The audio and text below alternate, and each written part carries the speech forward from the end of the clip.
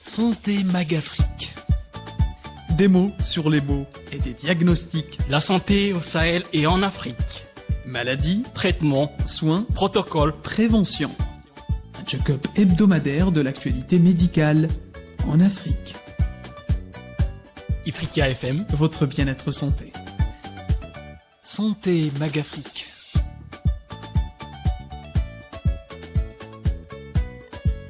Bonjour et bienvenue dans cette nouvelle édition de Santé Magafrique. Aujourd'hui, nous abordons un enjeu de santé publique urgent et silencieux, la résistance antimicrobienne, conséquence directe d'un usage souvent anarchique des antibiotiques sur notre continent, entre automédication, absence de régulation et carence en pharmacovigilance. L'Afrique fait face à une menace croissante aux lourdes conséquences sanitaires, économiques et sociales.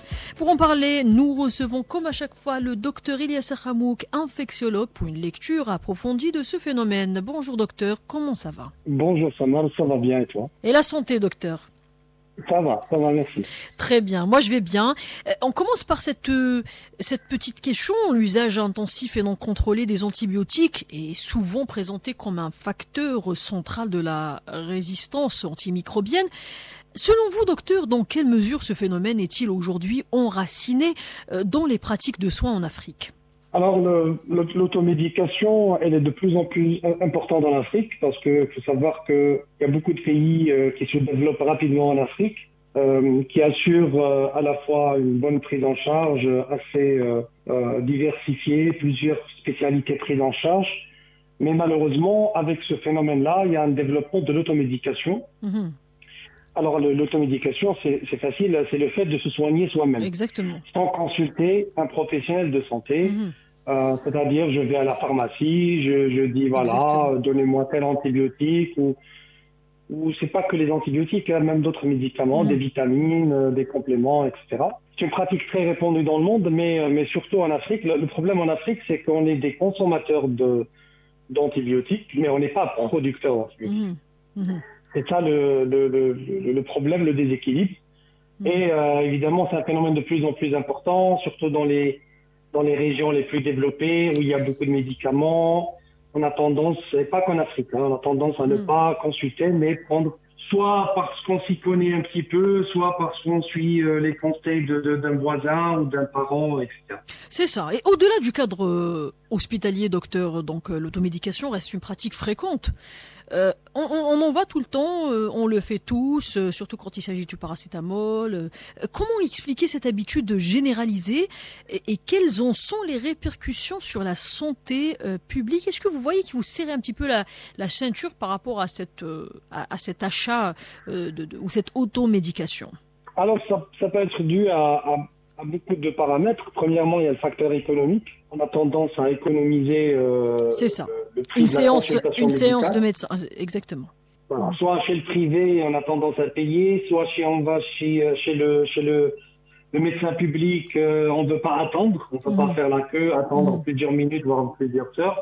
Donc la solution de facilité, c'est d'acheter directement ces médicaments à la pharmacie. Il y a d'autres paramètres. Quand on fait une angine 2 fois, 3 fois, 4 fois, on pense que c'est toujours le même antibiotique. Et ça, c'est une erreur.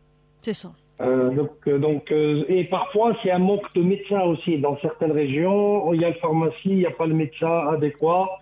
Donc parfois, c'est de l'automédication, soit parfois, c'est des conseils des pharmaciens. Et bien sûr que le pharmacien, parmi ses prérogatives et ses fonctions, c'est de conseiller ses patients, mais sa fonction n'est pas de prescrire un médicament. Il faut faire très attention. Et en milieu urbain, donc comme en zone rurale surtout, donc on observe la vente d'antibiotiques sans ordonnance. Déjà, on est en train de parler là en ce moment. Cette accessibilité est-elle un échec des systèmes de contrôle pharmaceutique ou est-ce que c'est un reflet de la demande sociale non satisfaite, selon vous, docteur? En fait, écoutez, le phénomène est mondial. Il n'est pas africain. Même dans des zones il n'est pas du tout africain, de médecins, exactement.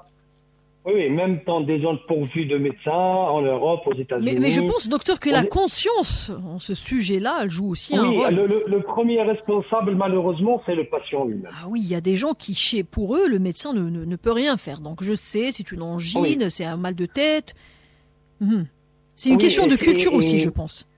Et oui, c'est le premier responsable, c'est le patient, c'est la famille du patient. C'est ça. La tante qui a déjà pris tel médicament pour une diarrhée, l'oncle qui a déjà pris tel médicament. Exactement. Voilà, donc c'est pas la peine de voir un médecin, on va te donner ça. Vous savez, le paracétamol, c'est le premier responsable de l'insuffisance hépatocellulaire dans le monde.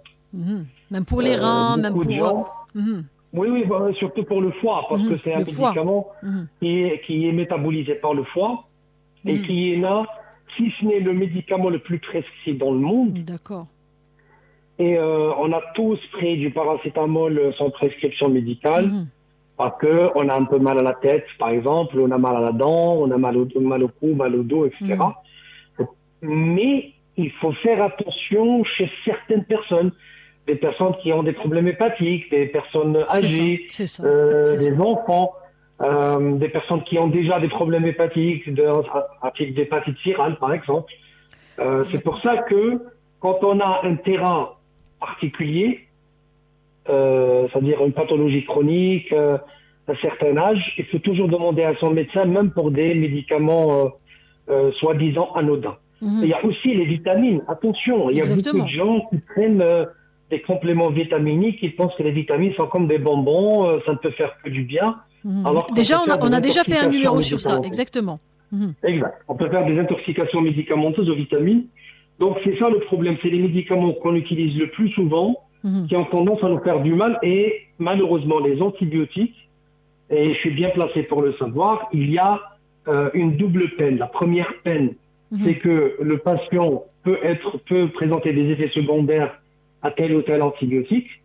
Il peut faire des résistances bactériennes à certains antibiotiques, surtout les enfants, surtout si on commence à donner des antibiotiques très forts, ce qu'on appelle des antibiotiques à large spectre, c'est-à-dire des antibiotiques qui peuvent agir sur plusieurs familles de bactéries. Si on les donne à des enfants à un âge petit, c'est-à-dire à l'enfance, on va créer des résistances chez l'enfant.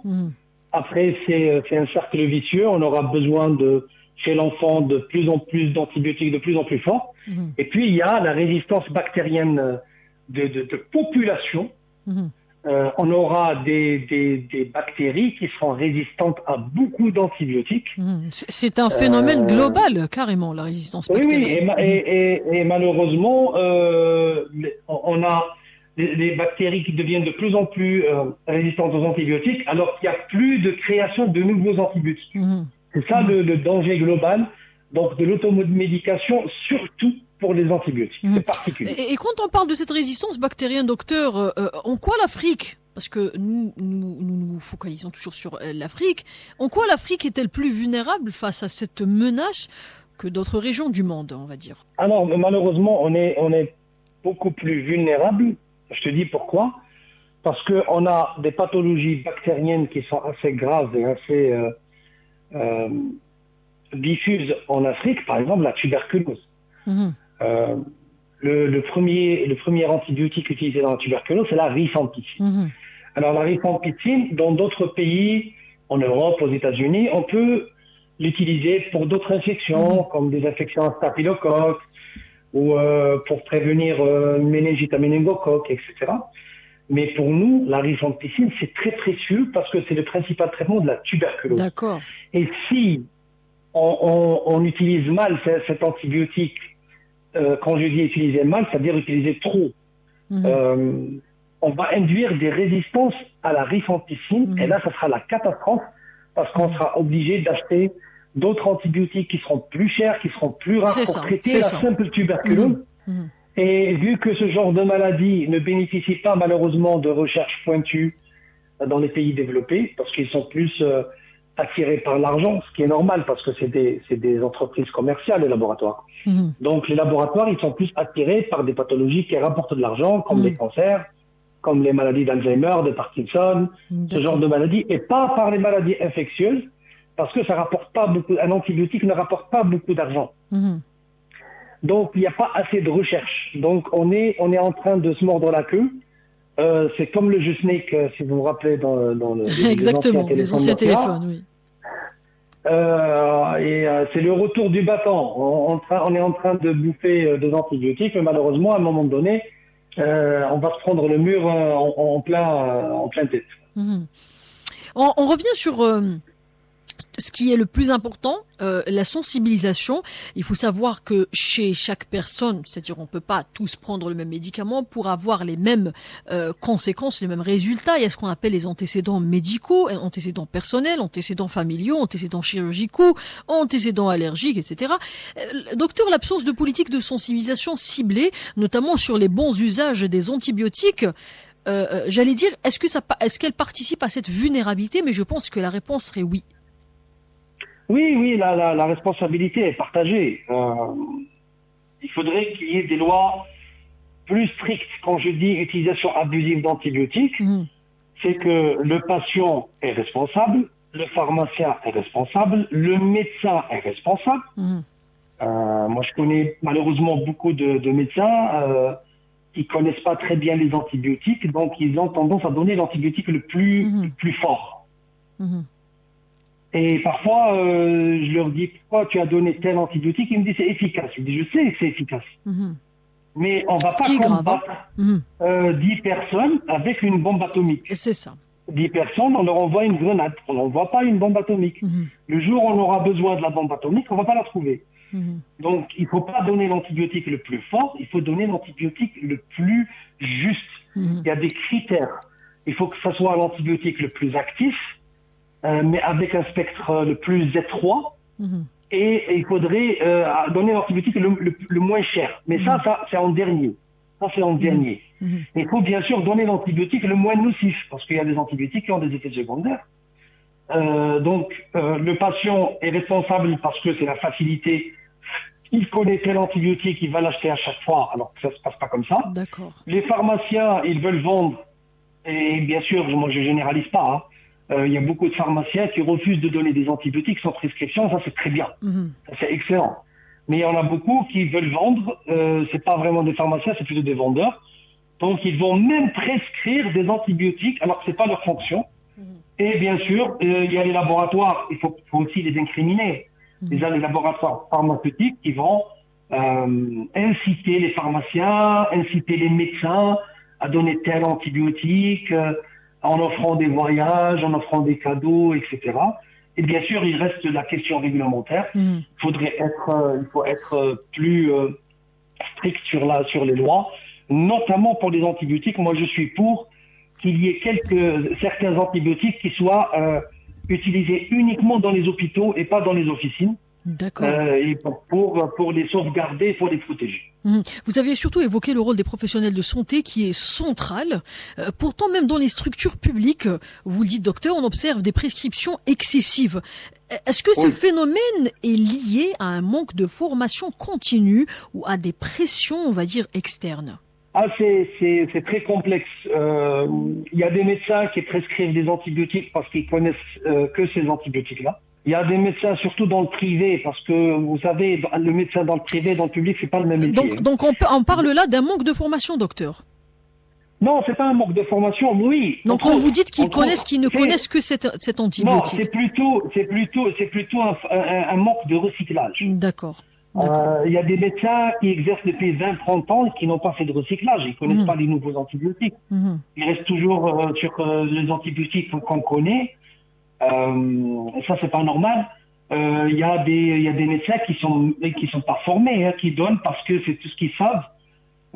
Il y a la pression du privé. Vous savez, un médecin privé, il veut être efficace pour avoir une bonne réputation. Donc, il a tendance à donner un antibiotique qui est très fort parce que il veut guérir le patient, pour que ce patient revienne, pour que ce patient font le bouche à oreille pour avoir plus de patients, de clients, etc.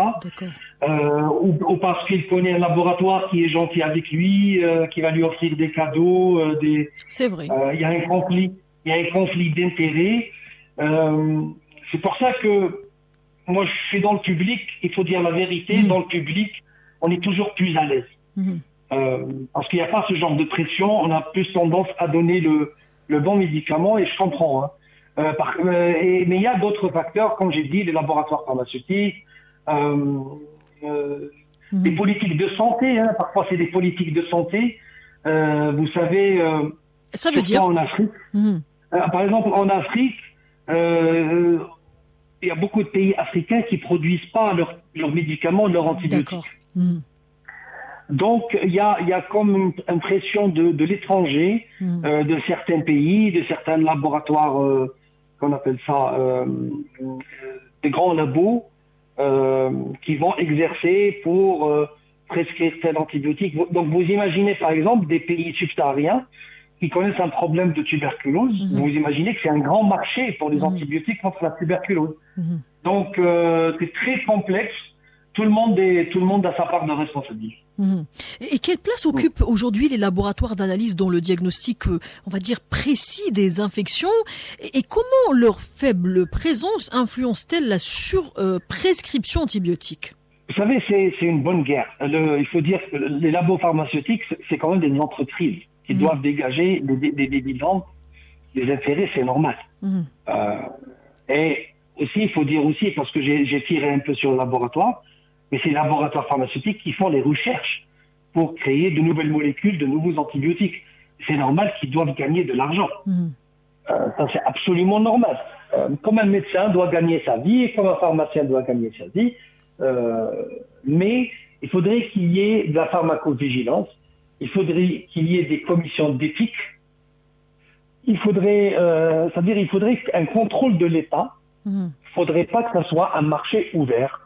On ne vend pas un médicament comme on vend un yaourt ou une glace.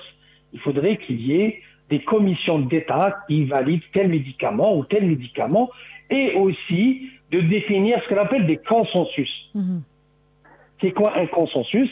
C'est un groupe de chercheurs, de professeurs en médecine, de médecins, d'experts qui vont définir que, par exemple, si on fait une angine, le traitement, c'est de l'amoxicilline. D'accord. Et pas de l'augmentin, de la ciprofloxacine, du thiénam, du fortone, etc. Le traitement, c'est de l'amoxicilline. C'est un consensus national qui peut être modifié à l'avenir s'il y a des changements c'est-à-dire des changements écologiques, des changements de nouvelles données scientifiques. C'est comme on a fait pour la Covid. Il y avait plusieurs médicaments, l'azithromycine, la chloroquine, etc. Mais il faudrait que ça soit fait pas par des commerciaux, mais par des comités de scientifiques. Et est-ce qu'on peut dire que la résistance antimicrobienne est aussi un marqueur d'inégalité sociale et d'accès à un système de soins, on va dire, structuré? Oui, c'est l'une des facettes d'une injustice sociale, évidemment, parce que si on n'a pas les moyens d'aller chez le médecin, on va économiser de l'argent pour acheter un médicament. Et voire plus en Afrique, on va, au lieu d'aller chez le médecin, le pharmacien, d'aller chez l'herboriste, qui va nous donner des plantes pour te faire traiter. Bien sûr que ça peut être efficace dans certaines pathologies, des maux du ventre ou d'autres problèmes, mais ça peut être nocif parce que c'est pas les plantes qui sont mauvaises, c'est l'utilisation qui est mauvaise. Parce que beaucoup de médicaments sont synthétisés à partir de plantes. Mais il y a le côté scientifique. Moi, j'ai eu la chance d'aller en Chine, et la médecine traditionnelle en Chine, elle est très valorisée et très populaire avec l'utilisation de plantes. Mais en Chine, les plantes sont dosées avec des grammes, c'est-à-dire en sachet de 5 grammes, de 10 grammes, de 15 grammes, avec des prescriptions. Même pour la médecine traditionnelle chinoise, c'est des médecins avec des diplômes. Et s'ils vous donnent une plante, ça sera pour telle maladie, avec tel dosage. C'est très précis. C'est pas un sachet où la maman va prendre, où le bébé va prendre, où la grand-mère va prendre, et on aura des décès. Donc malheureusement, l'automédication peut être aussi une facette de l'injustice sociale avec des personnes un marqueur d'inégalité qui sont sociale. pauvres. Voilà, qui sont pauvres et qu'ils économisent la consultation. Ils ont peur aussi de faire des analyses ou un scanner ou une IRM. Donc, ils vont aller directement chez le pharmacien, ils demandent tel médicament et malheureusement, ça va endommager leur santé. D'accord. Maintenant, on va parler des rôles des organisations régionales comme le CDC Afrique ou l'OMS Afrique, qui est, comme on le sait bien, crucial. Sinon, quels outils ont-ils mis en place pour endiguer la propagation des bactéries résistantes, docteur? Alors, c'est vrai qu'en Afrique, excuse-moi l'expression, on a d'autres chats à fouetter. D'accord. On a des problèmes de santé qui sont plus graves, comme le paludisme, comme le VIH, comme le choléra. Actuellement, on est en pleine épidémie, comme le Mpox. Donc, la résistance aux antibiotiques, l'automédication, c'est un problème qui est mineur si on compare avec d'autres pays plus développés. Mais il y a eu des propositions pour que la résistance aux antibiotiques soit un thème principal et même une maladie tropicale négligée. Parce qu'on doit voir loin. Dans 20 ans, 30 ans, on ne va pas trouver d'antibiotiques pour traiter nos infections bactériennes. Et c'est pour ça que l'Africa CDC ou même l'OMS Afro ont mis des mécanismes pour limiter l'automédication et l'utilisation anarchique des antibiotiques. D'accord. Parce que quand on dit utilisation anarchique, on pense aux petits gens qui vont à la pharmacie, mais il ne faut pas oublier l'utilisation à l'hôpital avec des antibiotiques à large spectre par voie intraveineuse, parce que ce sont les antibiotiques les plus forts. Et on les garde pour les infections très graves, mais dans l'avenir, si ces antibiotiques-là ne sont pas efficaces, on n'aura plus de solution. On va revenir à l'état d'avant les antibiotiques où on perdait des gens pour une pneumonie, pour une tuberculose, parce que à l'époque, il n'y avait pas encore les antibiotiques. D'accord. Maintenant, il y a un sujet aussi souvent oublié. Il y a l'élevage intensif et l'utilisation d'antibiotiques dans l'agriculture. Est-ce que ça participe aussi à la résistance? Parce qu'il faut également réguler ce point que je viens de dire. Il est souvent oublié des politiques sanitaires. C'est une question très pertinente, d'autant plus que actuellement la tendance c'est le One Health, c'est-à-dire incorporer la santé humaine, la santé animale et la santé environnementale, que ce soit les pesticides et les insecticides, mais aussi les antibiotiques utilisés dans l'agriculture, notamment dans l'élevage de poulets, l'élevage de bovins. Vous savez, il y a des pays, malheureusement, qui utilisent à tort et à travers ces antibiotiques-là pour... Les auditeurs vont penser que c'est pour protéger contre les infections. Oui, mais c'est aussi pour accélérer la croissance des bêtes. Les antibiotiques participent à une croissance accélérée des poulets, par exemple, qui vont grossir en 6 semaines, c'est-à-dire je parle du petit du poulet jusqu'à un poulet consommable, en 6 semaines, au lieu que ça soit en 24 semaines. Ça va accélérer la croissance, donc c'est plus un gain économique qu'un gain de santé. Et malheureusement, il y a des pays de l'Asie du Sud-Est qui utilisent beaucoup d'antibiotiques dans le poulet, et les personnes qui consomment ces poulets deviennent résistants à ces antibiotiques-là. Et on en a vu des cas. On a eu des cas de fièvre typhoïde qui sont venus d'Inde chez des personnes qui ne prenaient pas d'antibiotiques, mais qui étaient résistants à la ciprofloxacine. Pourquoi? Parce que la ciprofloxacine est très utilisée dans l'élevage de poulets. Donc, ça induit une résistance chez les êtres humains. Donc, c'est pour ça qu'il faut élaborer des plans d'action nationaux, mais aussi internationaux, et renforcer la surveillance. On a tendance à surveiller l'industrie pharmaceutique, mais il faut aussi surveiller tout ce qui est élevage, tout ce qui est agriculture, et réglementer tout ça. Parce que sinon, on va le payer très cher, malheureusement. D'accord.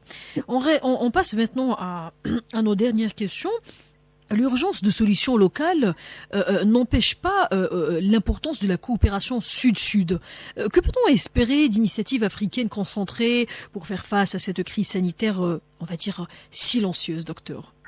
Alors, il faut dans ce contexte sécuritaire et économique très perturbé en Afrique, mais aussi dans le monde, on voit les dernières actualités au Moyen-Orient, par exemple, et même la guerre entre la Russie et l'Ukraine, il y a toujours des répercussions économiques mondiales. Et l'Afrique, malheureusement, à chaque fois, elle est la première victime parce qu'on est toujours dans une certaine insécurité alimentaire et insécurité économique. Donc, ce qu'il faut faire, il faut limiter la dépendance aux autres continents. Ça, c'est très important. On a vu ça avec le vaccin contre la Covid, ou même contre les masques chirurgicaux. Les grandes puissances se sont battues pour avoir les masques chirurgicaux et les vaccins, et on était les derniers à avoir des vaccins en Afrique. Donc, il faut, à l'instar de certains pays comme l'Afrique du Sud, le Japon, l'Afrique du Sud, l'Égypte, l'Algérie, qui fabriquent de plus en plus de médicaments génériques. L'Algérie, par exemple, elle fabrique 70% de ses médicaments. Comme ça, on n'est pas très dépendant de l'étranger. Et quand on n'est plus dépendant, on peut prendre ses propres décisions et ne plus être sous pression, que ce soit économique, politique, etc. D'accord. Donc, il faudrait commencer à produire africain, à consommer africain. Et pourquoi pas s'unir pour faire des achats groupés. Ça, c'est l'une des solutions, c'est de faire des achats groupés. Comme ça, on aura de la qualité, mais à un prix moindre. Comme ça, on pourra satisfaire la demande et détourner, par exemple, l'argent pour faire des campagnes de sensibilisation au public, par exemple, ou faire de la recherche et de l'innovation. Il faut, pourquoi pas, produire de nouveaux antibiotiques qui sont adaptés à notre écologie, à notre continent. D'accord. Et peut-on maintenant envisager des campagnes grand public avec des messages simples, adaptés aux réalités linguistiques et culturelles, pour prévenir un usage abusif des antibiotiques, docteur? Oui, il faut faire de la campagne publicitaire, il faut faire de la sensibilisation grand public, mais que ça soit adapté à nos cultures. Et je dis bien à nos cultures et pas à notre culture. Parce que les gens ont tendance à mettre l'Afrique dans le même sac, alors que on est un continent très riche, qui a plusieurs cultures. Donc, on va pas faire un spot publicitaire pour toute l'Afrique. On va faire des spots publicitaires pour telle ethnie ou tel pays, etc. Je sais pas si vous vous rappelez, les anciens se rappellent des antibiotiques, c'est pas automatique. Ça, c'est une phrase percutante. On l'a martelé en Europe pour dire que c'est pas parce que je fais une fièvre, des maux de tête que je vais prendre un antibiotique. Donc, les antibiotiques, c'est pas automatique. Et ça, c'est resté dans la conscience, dans l'inconscient public. Pourquoi? Parce que ça a été martelé. C'était des campagnes de sensibilisation. Donc, c'est ce qu'il faut faire en Afrique. Mais on ne va pas copier les autres. Il faut que nos publicitaires, que nos communicants adaptent des messages de sensibilisation, que ce soit pour d'autres thèmes de santé, comme diminuer le sel, diminuer le gras, mais aussi pour limiter l'utilisation d'antibiotiques anarchiquement ou l'automédication en général. D'accord. Merci docteur. La résistance antimicrobienne est souvent invisible, mais elle grignote nos systèmes de santé de l'intérieur. Elle tue à bas bruit. En Afrique, l'enjeu est vital. Repenser les pratiques médicales, réguler la distribution, éduquer et surveiller. Une bataille de longue haleine, mais que l'on ne peut plus ignorer. Merci au docteur Elias Hamouk pour cet éclairage nécessaire. Merci à vous de nous avoir suivis. On se retrouve mercredi prochain, même heure, même station.